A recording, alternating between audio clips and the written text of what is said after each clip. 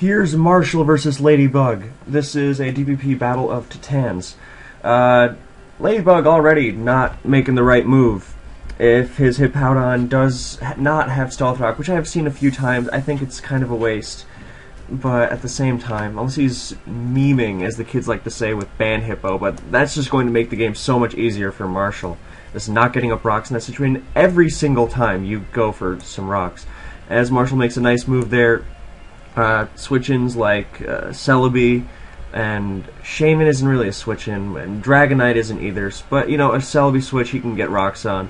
And Zapdos, well, Zapdos is going to bring it into Blaze now.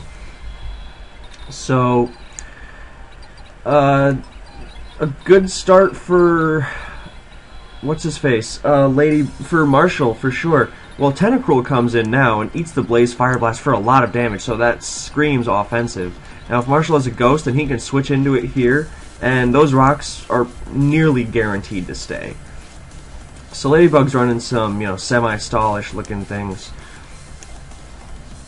Endeavor Ape is kind of cool, and I think if he had it, he might have used it there. Or almost certainly would have, since you would much rather Endeavor a possible bulky Starmie switch than, you know, Blaze Fire Blast. Even though Blaze Fire Blast does a lot, Endeavor from that HP will do a lot more.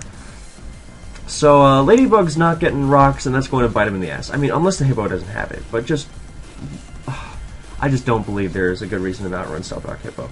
I've considered it like maybe once, but in that case, you don't lead with it. You need rocks with a team like this. Otherwise, you're going to have the thing that happens in ADV happen to you. They're going to switch around a lot, and they're going to have plenty of time to bust through your defenses. And even if he gets up his rocks with Ape, and then you kill him without him doing any damage to you, Infernape doesn't do any damage to Hippo.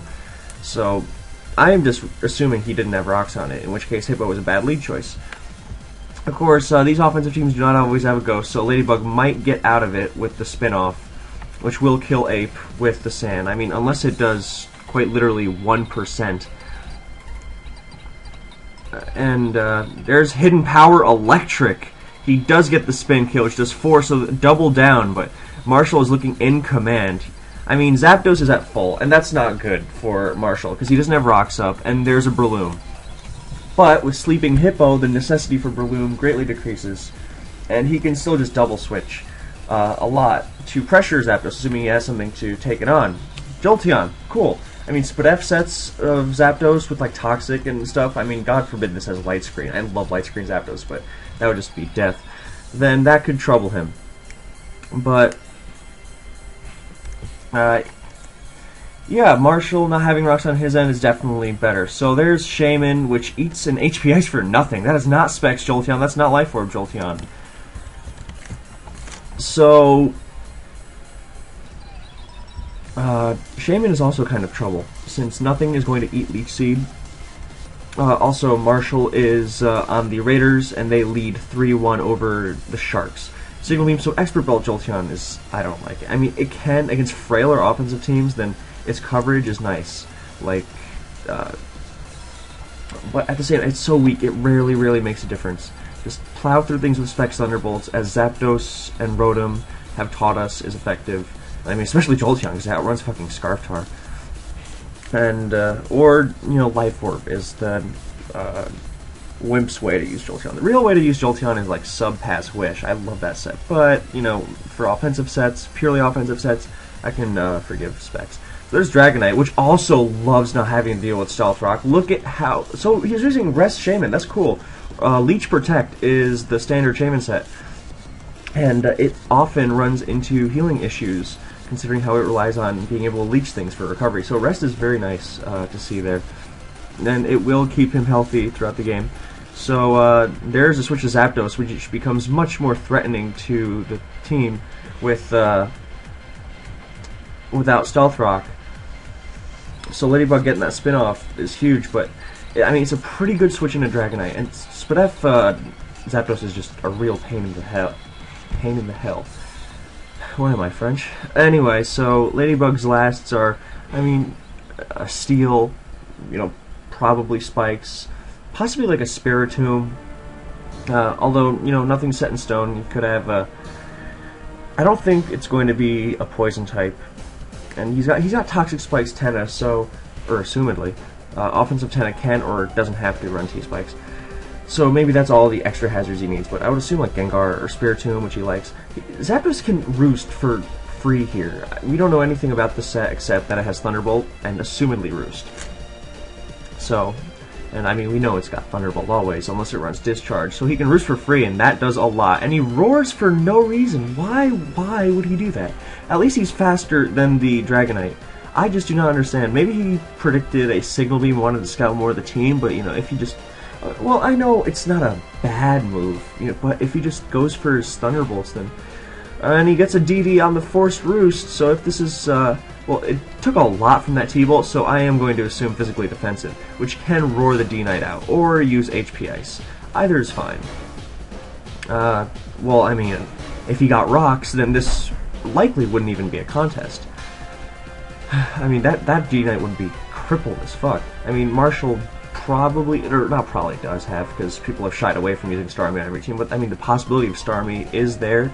A Tentacruel, I mean, offensive Tenta, I like it, but I guess the Jolteon could be Magnet or something, because its hidden powers and Signal Beams were doing way too little. So Magnet, I guess, is a nice sort of middle ground between, you know, Specs Power and Life Orb, but not having recoil.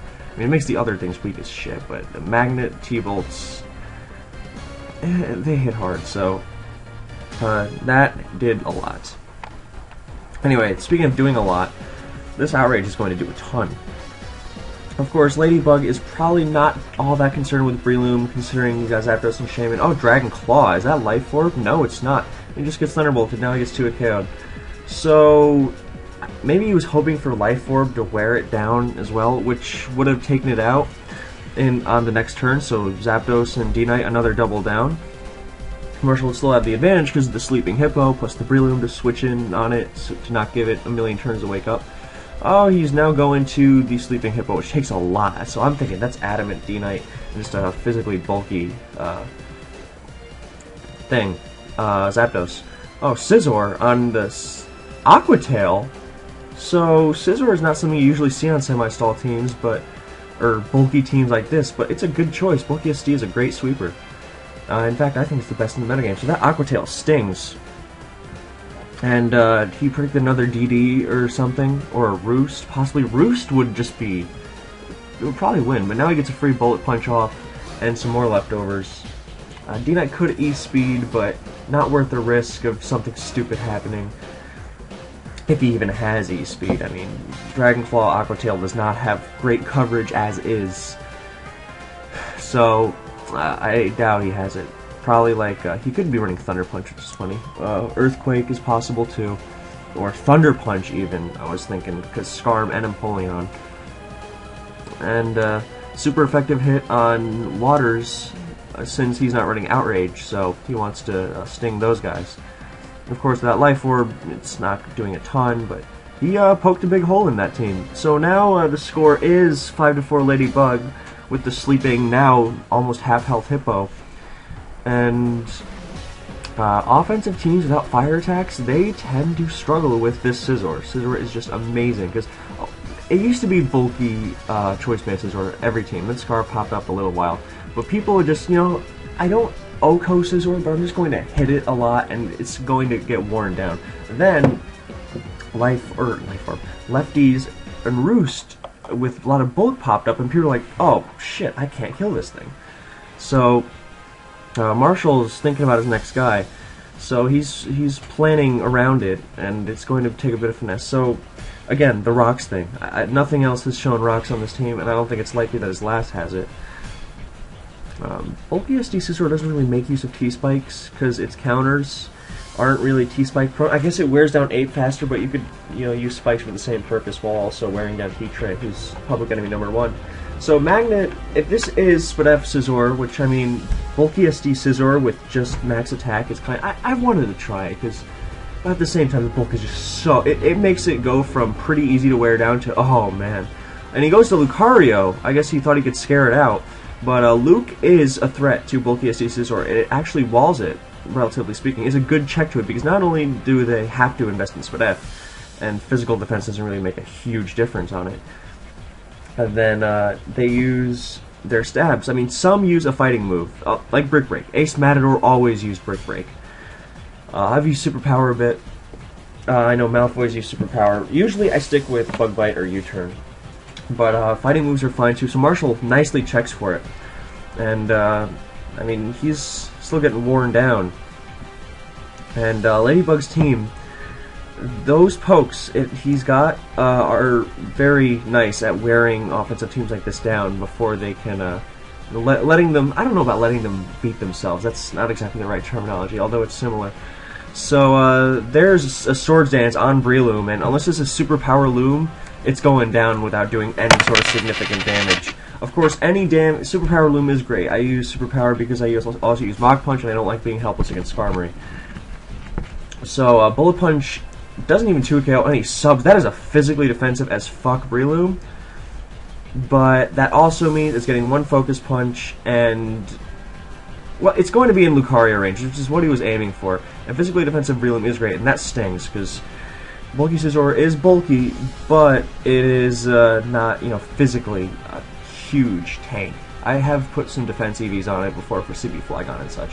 Ladybug making a nice move going for Brick Break there in case of any cheeky Lucario shenanigans, which is actually a nice thought, because he definitely could have considered that, because Lucario's health, if it switches in on Bullet Punch, is, it doesn't matter. He's not dying to 2 Bullet Punches. Oh my goodness. And it doesn't kill. Hey, did I say that specially defensive Scizor is, bulky as fuck? It doesn't even run Careful, by the way. And it doesn't even run max special defense. Not even close, actually, but it's just such a tank. So close combat would have taken that out. But depending on the last, then Shaman plus Zapdos plus whatever Ladybug's last is are looking pretty good against Jolteon. And last, it could be Tyranitar. I don't think so because, I mean, as I was saying, I was going, because his team is pretty Scarf Flygon weak. I mean, there's Breloom, I guess, and he's got resistances for it. But I just expected something a little sturdier and, not destroyed by Flygon. And Jolteon also checks Zapdos for an offensive team. And Zapdos is usually the bane of offensive teams.